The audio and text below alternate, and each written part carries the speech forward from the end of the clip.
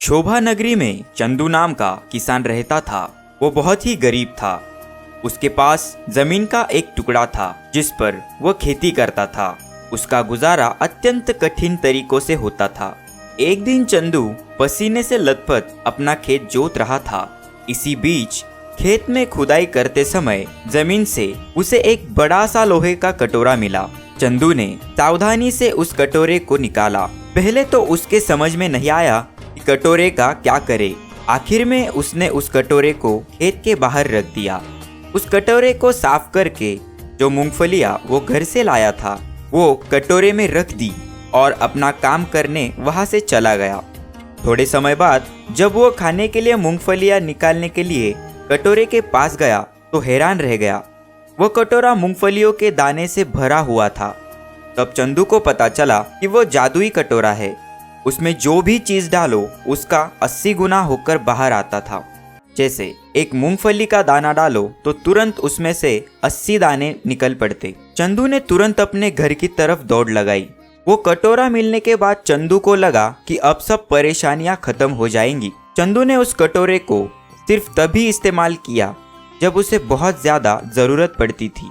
समय गुजरने के साथ साथ उसके कटोरे के बारे में गांव के जमींदार को भी पता चल गया।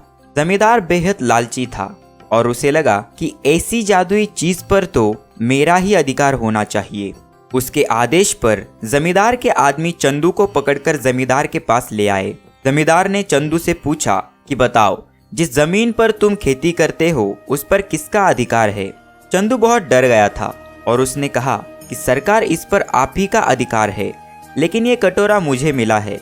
तो जमीन पर आपका अधिकार है लेकिन कटोरे पर मेरा अधिकार है।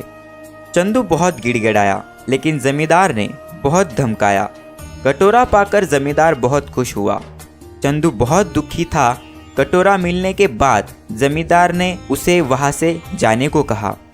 दूसरे दिन जमींदार चंदू के पास आकर चिल्लाने लगा, धोखेबाज कहीं के, तू मुझे नकली कटोरा देता है। चंदू के कुछ समझ नहीं आया। चंदू बोला कि नहीं सरकार, ये वही जादुई कटोरा है और मैंने आपको वही कटोरा दिया है। जमींदार बोला कि मैं कल से प्रयास कर रहा हूँ। अब तक मैंने कितना सारा सोना इस कटोरे में डालकर देखा लेकिन उसका कुछ भी असर नहीं हुआ। चंदू को अब सारी बात समझ में आ गई थी। ये कटोरा सिर्फ उसी की चीजों को बढ़ाता था क्योंकि चंदू ही उसका मालिक था। जमींदार बेहद गुस्से में कटोरा चंदू के पास फेंककर वहां से चला गया।